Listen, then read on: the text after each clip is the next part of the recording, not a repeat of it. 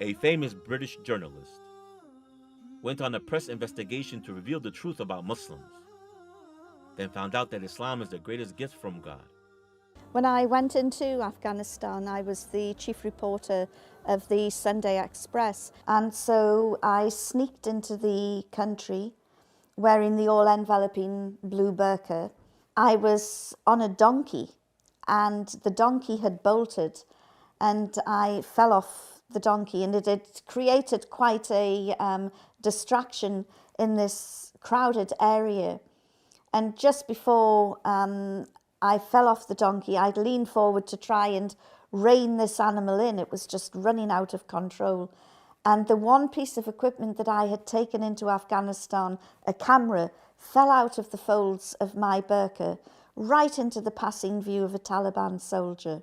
He saw this.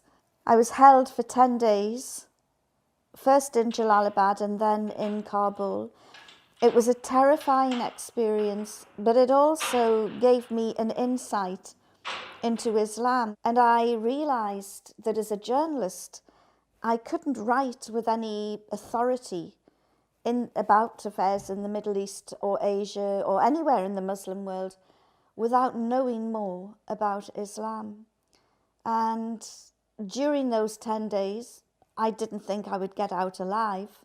But during one day, an imam came to visit me, and he invited me to embrace Islam.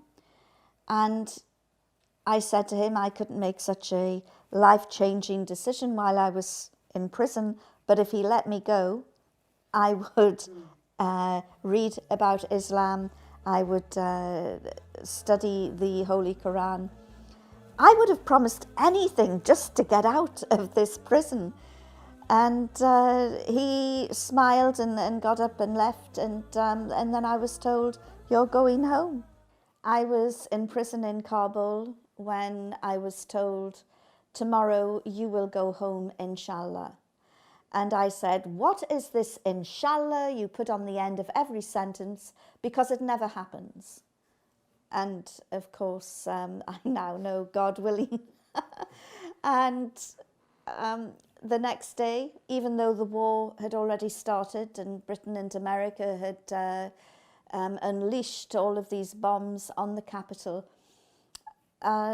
they were as good as their word, and they took me back to the Pakistan border, and I crossed over. When I did get home, some days later, I thought about the whole experience, and I thought, you made a promise, you should really try and keep it, even if it was under duress. Before I even picked up the Quran, I believed that Islam promoted violence, the subjugation and oppression of women.